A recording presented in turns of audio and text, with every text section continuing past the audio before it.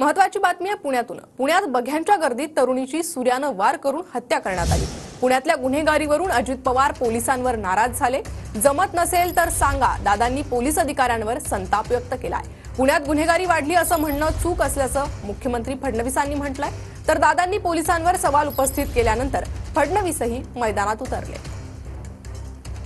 तरी पोलीस वरिष्ठ अधिकारी कमी पडतात असं माझं मत आहे।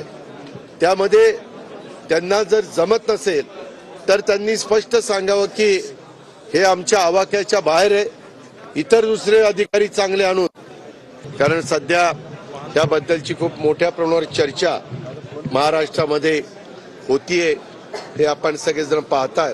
पुण्याचा व्याप बघितला, पुण्याचा विस्तार बघितला तर पुण्यामध्ये गुन्हेगारी खूप मोठ्या प्रमाणात वाढते असं म्हणणं योग्य होणार नाही। पण अर्थात एक जरी घटना झाली तरी ती गांभीर्याने घेतली पाहिजे। अशा काही घटना घडतायत त्याच्याकडे आमचं लक्ष आहे।